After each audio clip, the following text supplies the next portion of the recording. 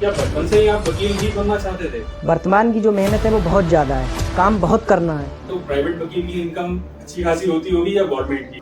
इसके अलावा भी कोई और सोर्स होता है इनकम का? ऐसी विसंगतियां कर देते हैं आईटीआर को फाइल करने में। ऐसे वकील के पास पहुंच जाते हैं जो उन्हें ठगने का प्रयास करता है। इनकम टैक्स डिपार्टमेंट से नोटिस आ जाए, क्या करना चाहिए? ऐसी ये चीजें होती हैं, बिल्कुल होती है, एक्ट के माध्यम से होती हैं। बिल्कुल होती है। शादी का अभी क्या कुछ इरादा है आपने?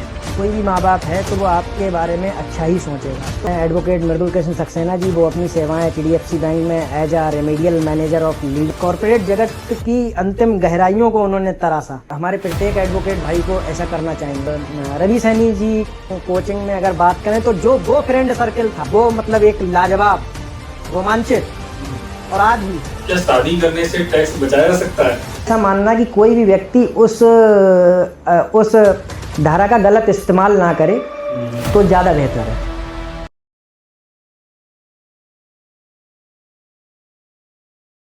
कहते हैं सपनों को साकार करने का पहला कदम है खुद पर विश्वास करना, क्योंकि जीवन एक आईना की तरह होता है। यह वही दिखाता है जो आप देखते हैं। नमस्कार, मैं हूं राजा और आप देख रहे हैं आपका अपना चैनल राजा का शो। आपने हमारे पहले पॉडकास्ट को बहुत प्यार दिया, उसके लिए बहुत बहुत धन्यवाद। और आशा करते हैं आगे हमारे आने वाले सभी एपिसोड को उतना ही प्यार देंगे। हमारे आज के इस एपिसोड में हमारे गेस्ट होने वाले हैं मिस्टर अभय प्रताप सिंह, जो कि एक टैक्स एडवोकेट हैं, income tax and GST law के, और लोगों को अच्छी सेवाएं देने का काम कर रहे हैं। हमने उनसे उनके कार्यों, फैमिली और उनके विद्यार्थी से वकील बनने के सफ़र को पूरा कवर करने का प्रयास किया। सामान्य रूप से ये एपिसोड आप सभी के लिए तो इन्फॉर्मेटिव और हेल्पफुल तो होगा ही, पर अगर आप या आपकी फैमिली में कोई टैक्स का एडवोकेट बनने का सोच रहा है तो ये एपिसोड उनके लिए बहुत इन्फॉर्मेटिव और एनर्जेटिक होने वाला है। Watch this episode till the end. Welcome to our show mister Abhay Pratap Singh. कैसा लग रहा है सेटअप? राजा, आपकी मेहनत और लगन देख के, आपने जिस मेहनत के साथ इस सेटअप को शुरू किया है उससे हमें बहुत खुशी हो रही है, बहुत खुशी की अनुभूति हो रही है। आप आगे निरंतर ऐसे ही मेहनत करके आगे बढ़ें। क्या लगता है कहाँ शुरुआत करनी चाहिए? अब चूंकि आपने किसी विषय को लेके मुझे बुलाया है तो आप अपनी इच्छा से जहाँ से चाहें वहाँ से मुझसे स्टार्ट कर सकते हैं। जी, अच्छा, फाइनली पहले अपने बारे में थोड़ा आप बताइए डिटेल में। मेरा नाम अभय प्रताप सिंह है। मैं एक टैक्स एडवोकेट हूँ, advocate income tax and GST law. मेरी जो LLB की शिक्षा है वो रोहिलखंड यूनिवर्सिटी से हुई है, महात्मा ज्योतिबा फुले रोहिलखंड यूनिवर्सिटी बरेली से। उससे पहले जो मेरी शिक्षा थी वो BCom ऑनर्स, वो भी महात्मा ज्योतिबा फुले रोहिलखंड यूनिवर्सिटी से रही। और उससे पहले जो माध्यमिक शिक्षा का मेरा दौर रहा वो हमारे यहाँ फरीदपुर में ही एक बहुत ही चर्चित विद्यालय है और काफ़ी अच्छा कृष्णा पब्लिक स्कूल से रहा। माध्यमिक शिक्षा मेरी कृष्णा पब्लिक स्कूल से हुई। जी, रहने वाले भी फरीदपुर के ही हैं आप। बहुत सारे सवाल हैं। जब आपने बोला कि पॉडकास्ट करना है आपके साथ में, तो क्योंकि कई सारी चीज़ें मेरे मन में आई, लेकिन बहुत हिसाब से तरीकों से मैंने डिसाइड किया कि कुछ बेहतरीन आपके साथ में किया जाएगा। शुरुआत हम यहाँ से करना चाहेंगे अभय प्रताप जी कि इस लाइन में आने का थॉट कहाँ से स्टार्ट हुआ? क्या बचपन से ही आप वकील ही बनना चाहते थे? नहीं, बचपन से तो एग्जैक्ट ऐसा कुछ नहीं सोचा था, लेकिन ये था कि हाँ शिक्षा दीक्षा अच्छी ले पाएँ और भविष्य में कुछ कर पाएँ। तो बचपन से ऐसा कुछ डिसाइड नहीं था, लेकिन BCom ऑनर्स के समय से ऐसी कुछ अनुभूतियाँ मन में आने लगी थी कि भविष्य को किस ओर सेट किया जाए। तो पहले दिमाग में कई चीज़ें थीं कि आगे BCom ऑनर्स के बाद LLB में दाखिला लेके वकालत की पढ़ाई करनी है और उसके बाद वकालती क्षेत्र में अपने जीवन को आगे बढ़ाना, करियर को आगे बढ़ाना है। तो उस उद्देश्य को साथ लेकर चले और BCom ऑनर्स के बाद LLB की शिक्षा शुरू की और शिक्षा पूरी करने के बाद आज वकालती क्षेत्र में अपनी सेवाएं दे रहे हैं। हम्म। तो इन चीजों को आप किस नजरिए से देखते हैं कि ऐसा तो नहीं था कि कभी सीए भी बनने का प्रयास किया हो? नहीं, देखिए, शैक्षिक जीवन में प्रयास तो रहते ही हैं।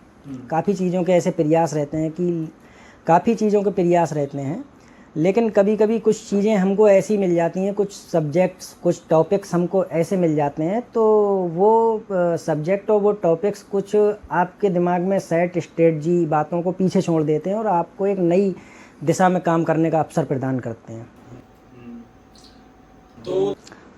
तो सीए का ऐसा कुछ एग्जैक्ट कभी मन में था नहीं। हाँ, हालांकि ट्वेल्थ जो मेरा कॉमर्स से रहा, कॉमर्स बैकग्राउंड से रहा, तो मन में था, ट्वेल्थ के समय मन में था कि आगे सीए किया जाए, लेकिन कुछ परिस्थितियां रहीं और कुछ टाइमिंग्स का भी वो रहा, तो सीए की तरफ कभी रुख किया नहीं। अच्छा। लेकिन जो ये काम था आपका इनकम टैक्स जीएसटी लॉ का, इससे बहुत प्रभावित थे और इंटरेस्ट भी इधर ही बिल्ट हो रहा था। अच्छा, मार्केट में अगर आप निकले और सीए निकले तो रुतबा किसका होगा वैसे? देखिए, रुतबा तो अगर देखा जाए तो रुतबा दोनों का ही है, क्योंकि दोनों इतनी पढ़ाई करने के बाद अपने आप को स्थापित करते हैं और अपना काम, अपने कार्य का गठन करते हैं, तो दोनों की मेहनत इतनी रहती है कि आप अगर देखें तो रुतबा जो है वो दोनों कामों में, और हम इसको रुतबा नहीं कहेंगे। अगर कोई भी व्यक्ति किसी भी क्षेत्र में मेहनत करता है तो वो अपने आप में ये मान के चले कि उसका रुतबा है, क्योंकि जो सच्चे मन से मेहनत करता है तो चाहे वो किसी भी क्षेत्र में करे तो वो एक रुतबे से कम नहीं होता। तो ऐसा कहना कि सीए बन के या फिर वकील बन के किसी रुतबे को सेट करना, तो ये मुझे लगता है कि ठीक नहीं होगा। तो चीजें तो बहुत सी आपके सामने थी, जैसे कि आपने बोला कि कॉमर्स साइड से ही आपने पढ़ाई। हाँ, मेरी जो 12th तक की जो शिक्षा रही, माध्यमिक शिक्षा में मैंने कॉमर्स बैकग्राउंड से 12th किया, central board of secondary education से, और उसके बाद जो आगे ग्रेजुएशन में भी मेरी पढ़ाई रही वो भी कॉमर्स बैकग्राउंड से ही रही, BCom honours finance with math. तो उसमें भी मुझको जो मेरे जो सब्जेक्ट्स थे वो कॉमर्स के ही थे, और मतलब बैचलर ऑफ कॉमर्स आप बीकॉम को मान ही सकते हैं, तो वो भी कॉमर्स बैकग्राउंड से ही रहा। अगर कोई सपोज कि एडवोकेट बनना चाहता है, हमारा पॉडकास्ट स्टूडेंट भी देख रहे होंगे, बिल्कुल, बड़े भी देख रहे होंगे, बट अगर आप अपने तौर पर बताना चाहें किसी स्टूडेंट को कि अगर एक अच्छा वकील बनना है तो क्या प्रोसेस होगा उसका? एक अच्छा वकील बनना और वकील बनना दोनों बातों में बहुत डिफरेंस है, क्योंकि एक अच्छा, अपने आप को एक अच्छा बन के स्थापित कर पाने में काफ़ी समय लगता है, लेकिन उन चीज़ों को ना आपको बेसिक से ही शुरू करना पड़ेगा। तो कोई स्टूडेंट या फिर कोई हमारा भाई वकील बनना चाहे तो उसको अब तो जैसे कि पहले ये था कि हम ग्रेजुएशन के बाद एलएलबी को शुरू करते थे, 3 साल ग्रेजुएशन करते थे, देन उसके बाद एलएलबी करते थे वो 3 साल।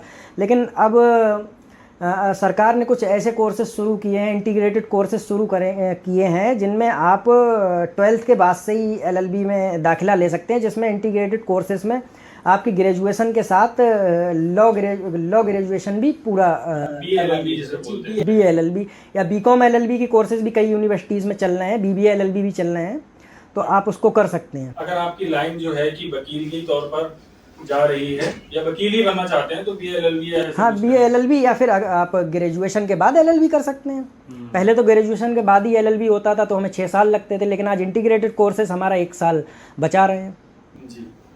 अच्छा, इसी फील्ड में अगर सपोज स्टूडेंट वकील तो बन गया या बनने का सोच रहा है, गवर्नमेंट वकील बनने के लिए क्या कुछ अलग से चीजें होती हैं करनी? हाँ, गवर्नमेंट वकील बनने के लिए कुछ हमारे ऐसे एग्ज़ाम्स होते हैं जिनको हमें पास करना ज़रूरी होता है, प्लस गवर्नमेंट वकील बनने के लिए हमारी कुछ साल की प्रैक्टिस भी ज़रूरी होती है कि उतने साल आपने पूरे कर लिए हो वकालत में, तभी आप उसके लिए एलिजिबल हैं। ऐसा होता है? जी बिल्कुल। अगर इनकम के तौर पर बात की जाए तो प्राइवेट वकील की इनकम अच्छी खासी होती होगी या गवर्नमेंट की? नहीं, क्योंकि देखा जाए तो हर कोई इनकम के ही लिए चीज़ों को करता है, तो बताना चाहें आप? नहीं, गवर्नमेंट वकील का ये है कि वो अपनी प्राइवेट गवर्नमेंट वकील बनने के बाद गवर्नमेंट वकील बनने के बाद एडवोकेट अपनी प्राइवेट प्रैक्टिस एक तो नहीं कर सकता, तो जो प्राइवेट प्रैक्टिस से उसकी जो इनकम जो वो इनकम गेन कर रहा है, एक तो वो बंद होती। दूसरी चीज़, गवर्नमेंट भी इतनी सुविधाएं प्रोवाइड करवाती है, इतनी सुविधाएं गवर्नमेंट भी प्रोवाइड करवाती है सरकारी वकील को कि उसको कोई दिक्कत नहीं होती है, उसकी अच्छी खासी इनकम गवर्नमेंट वकील बनने के बाद भी हो सकती है। जी, यानी कि इनकम करने के बहुत सारे सोर्स हो सकते हैं प्राइवेट तौर पर। जैसे आपने कभी जीएसटी वगैरह फाइल करते हैं, आप इनकम टैक्स वगैरह फाइल करते हैं, ये सारी चीजें, इसके अलावा भी कोई और सोर्स होता है इनकम का क्या?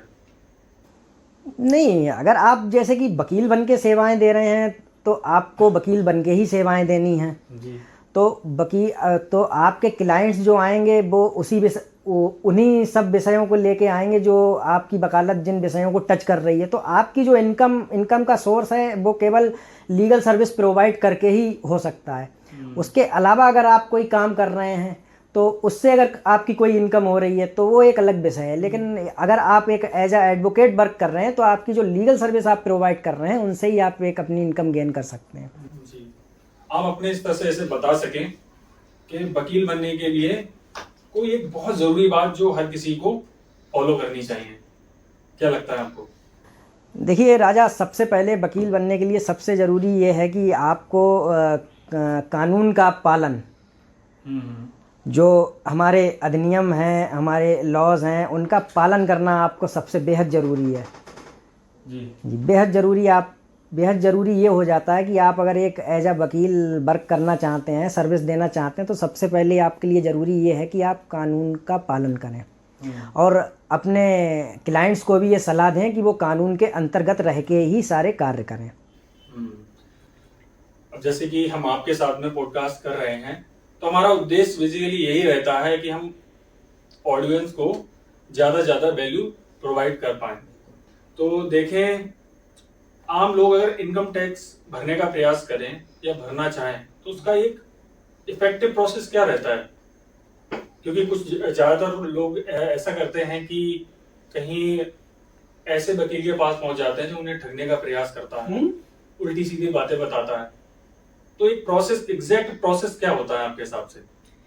देखिए, मेरा ऐसा मानना है कि अगर आपके पास कोई क्लाइंट किसी विषय को लेकर आ रहा है, किसी काम को लेकर आ रहा है, तो पहले तो एक अच्छा इंसान होने के नाते, एक अच्छा वकील होने के नाते किसी भी व्यक्ति को गुमराह ना करें, ठीक है, और उससे वही फीस चार्ज करें जो आपकी मार्केट में चल रही है और जिस फीस को मतलब आपका क्लाइंट जो है वो सही से अफोर्ड कर पाए और आपको दे पाए, उसको कोई दिक्कत ना हो।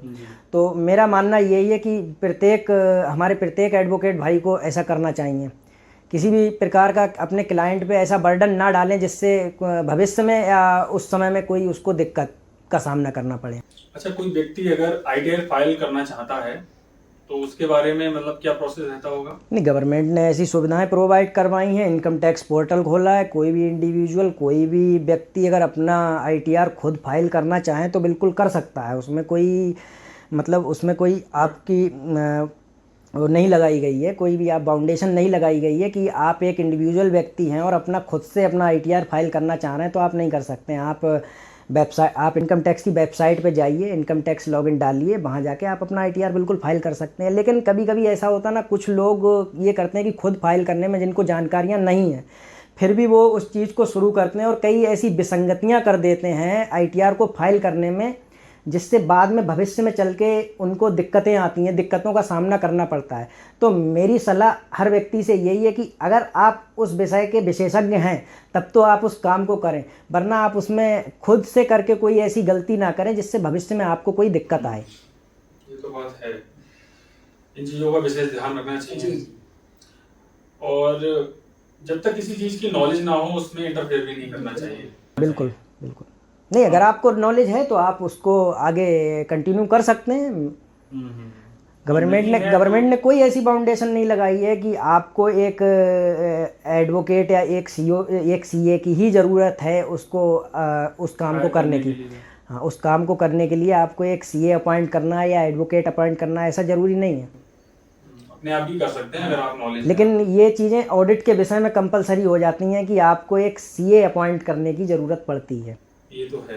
किसी व्यापारी या किसी बिजनेसमैन को इनकम टैक्स डिपार्टमेंट से नोटिस आ जाए तो क्या करना चाहिए सबसे पहले? सबसे पहले तो घबराना नहीं चाहिए। सबसे पहले तो आप घबराएं ना।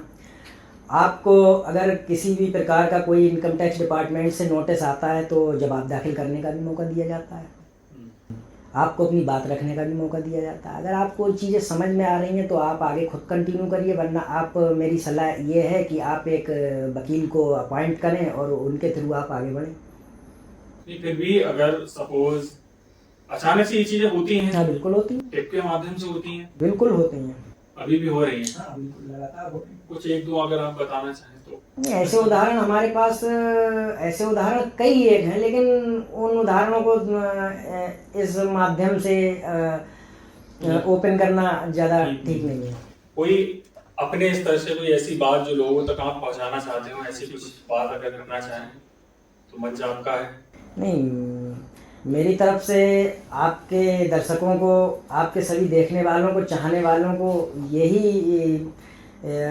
मैं यही कहना चाहूँगा कि आप कानून के अंतर्गत रह के ही सारे कार्य करिए, सामाजिक बने रहिए, सब लोग बहुत प्यार मोहब्बत से मिलके रहिए। और कभी भी अगर किसी भी व्यक्ति को या किसी भी हमारे भाई को कभी भी मेरी ज़रूरत पड़ती है तो आप बिल्कुल पर्सनली आके मुझसे मिलिए। मैं आपके लिए हमेशा आपके साथ खड़ा हूँ। जहाँ तक मेरा हो पाएगा मैं आपके साथ रहूँगा। जी, तो अपने बारे में थोड़ा ये बताइए कि कहाँ पर आप अपना काम कर रहे हैं? आप साहूकारे वाले रोड से आप जब सीधे रेलवे फाटक की तरफ जाएंगे तो वहाँ हमारा एक बहुत पुराना नगर पालिका परिषद फरीदपुर द्वारा बनाया हुआ एक हाई वाटर टैंक पड़ता है। हाई वाटर टैंक के पास में एक मार्केट है, वहाँ एपी टैक्स कंसल्टेंसी नाम से मेरा ऑफिस है। वहाँ आप आइए, आप मुझसे किसी भी समय सुबह 10 बजे से लेकर शाम 7 बजे तक आप मिल सकते हैं। उसके अतिरिक्त आप मुझे फ़ोन करके, कॉल करके किसी भी समय एट एनी टाइम आप मुझसे कॉल करके आप मुझसे संपर्क कर सकते हैं। बाकी आपकी डिटेल हम मेंशन कर ही देंगे डिस्क्रिप्शन में। अच्छा, चीज़ें बहुत सी होती हैं। कॉलेज लाइफ में जो अपने लोग थे बहुत एंजॉय किया। एक दो चीज़ें जो डिस्कस करना चाहें कॉलेज लाइफ की कि हाँ, कॉलेज लाइफ के तो कई किस्से रहे, लेकिन कॉलेज लाइफ से अगर अलग हटके देखा जाए तो उससे ज़्यादा किस्से हमारे एक टीचर हैं कॉमर्स के, जिनसे हमने काफ़ी कुछ सीखा जीवन में और उन्हीं के उद्देश्यों को लेकर हम आगे बढ़े। उनका सिखाया हुआ आज भी हमारे काम आ रहा है। ये बात है। तो हमारे वो शिक्षक फिलहाल में इस समय तो फरीदपुर में अब अपनी सेवाएं नहीं दे रहे हैं, क्योंकि वो एक गवर्नमेंट सर्वेंट हैं और एज अ लेक्चरर वर्क कर रहे हैं अलीगढ़ में। रवि सैनी जी उनका नाम है और उनकी कोचिंग से हमने काफ़ी यादें अर्जित की, काफ़ी कुछ उनसे सीखा और वो भी काफ़ी मतलब अपने स्टूडेंट्स के साथ काफ़ी फ्रेंडली थे और आज भी हैं। नहीं, ये बात तो है। उस समय में यार ही कुछ और आता था उनके साथ। उनके पढ़ाने का तरीका बहुत आप अगर उनसे कुछ एक बार आपको समझ नहीं आ रहा है, आप उनसे 10 बार पूछिए, 100 बार पूछिए। और हो सकता है कि देखिए, मैं एक चीज़ बताऊं, हम लोग पढ़ के आए इस चीज़ को करीब 5-6 सालें बीत गई। उनका पढ़ाए हुए टॉपिक अगर आज भी उनसे समझना चाहे 6 साल बाद, तो वो आज भी आपको समझाएंगे, आज भी आपको वो समझाने की दम रखते हैं। वो आज भी आपको वैसे ही समझाएंगे जैसे उस समय समझाया होगा। और जब तक आपके दिमाग में टॉपिक क्लियर नहीं हो जाएगा, कॉन्सेप्ट क्लियर नहीं हो जाएगा, तब तक उनका प्रयास जारी रहेगा। तो उनकी कोचिंग से अर्जित यादें हमारी स्मृति में आज भी बनी हुई हैं और काफ़ी अच्छा समय था वो, काफ़ी अच्छा लगा। ये तो है। और वहाँ से पढ़ के हमारे कई मित्रगण आज काफ़ी अच्छे पदों पर हैं, कार्यरत हैं और आगे प्रयास भी कर रहे हैं। अच्छा, फैमिली के बारे में आप अपने आप को कहाँ पर देखते हैं? फैमिली सपोर्टिव रही है? फैमिली बिल्कुल हमेशा सपोर्टिव रही है। आपके भैया, आपके पिताजी? बिल्कुल हमेशा फैमिली सपोर्टिव रही। फैमिली ने मतलब एक सीबीएसई बोर्ड में एजुकेशन करवाना उस समय में एक बहुत महंगा माना जाता था, आज भी बहुत महंगा है। तो उस समय में मुझको सीबीएसई बोर्ड में पढ़ाया और उसके बाद अच्छे कॉलेज, अच्छे संस्थानों में दाखिला दिलवाया ताकि भविष्य अच्छा हो सके।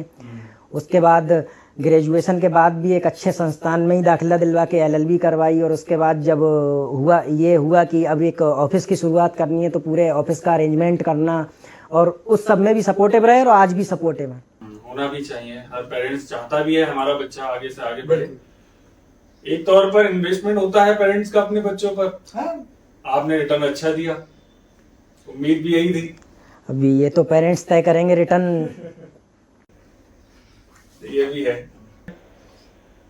शादी का अभी क्या कुछ इरादा है? अब नहीं, अभी तो फिलहाल में तो नहीं है, क्योंकि फिलहाल अभी ऐसा है ना राजा जी, अभी हमें ऐसा लगता है शादी के तौर पे, हमें ऐसा लगता है कि अभी हमारे पास काफ़ी समय है। अच्छा। ना तो एज इतनी ज़्यादा है, ठीक है, तो हमें लगता है कि अभी शादी का काफ़ी समय, क्योंकि ये समय जो है ना, ये समय अपने काम को सेट करने का है।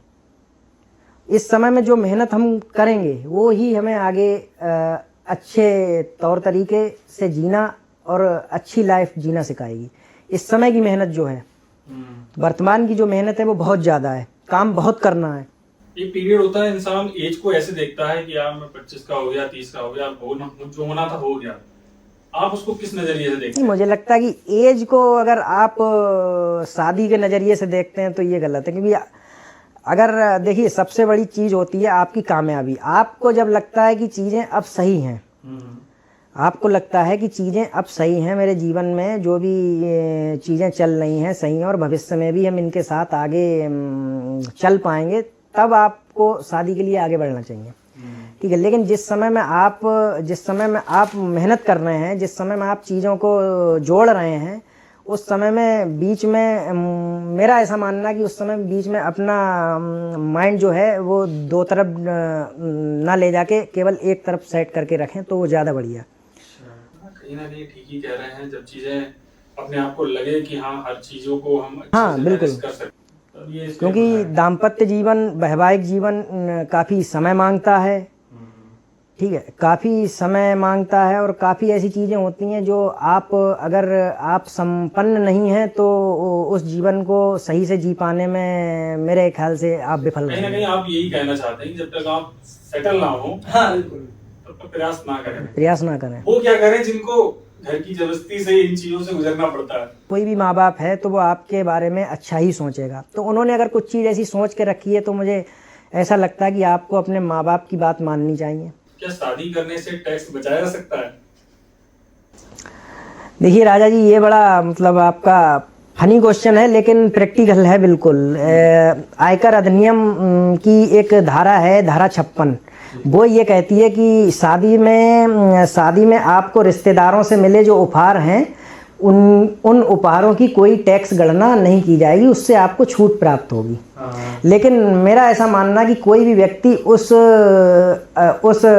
धारा का गलत इस्तेमाल ना करे तो ज़्यादा बेहतर है। लेकिन कहीं ना कहीं बहुत लोगों से ये भी जानने को मिला है कि फ्रेंड्स बड़ा सपोर्टिव रहते हैं। आपके साथ ऐसा हुआ है क्या?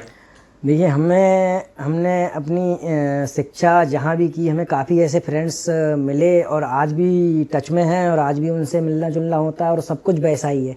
हर जगह, हर संस्थान में हमें काफ़ी अच्छे दोस्त मिले, चाहे वो माध्यमिक शिक्षा का दौर रहा हो, चाहे उच्चतर शिक्षा आपका बीकॉम ऑनर्स का समय रहा हो या एलएलबी का समय रहा हो। मुझे हर जगह ऐसे दोस्त मिले जो अपने क्षेत्रों में काफ़ी अच्छा काम कर रहे हैं और उनसे कभी भी मुझे किसी भी सपोर्ट की ज़रूरत पड़ती है तो बिल्कुल वो हमेशा मेरे साथ खड़े रहे। जैसे अगर आप वकालत के ही तौर पे ले लें तो मेरे एक दोस्त हैं एडवोकेट मृदुल कृष्ण सक्सेना जी, वो अपनी सेवाएं HDFC बैंक में as a remedial manager of legal के तौर पे दे रहे हैं। उनके साथ में मेरे एक फ्रेंड हैं एडवोकेट वेदांत, जो as a legal officer local CRE HDFC bank वो अपनी सेवाएं दे रहे हैं।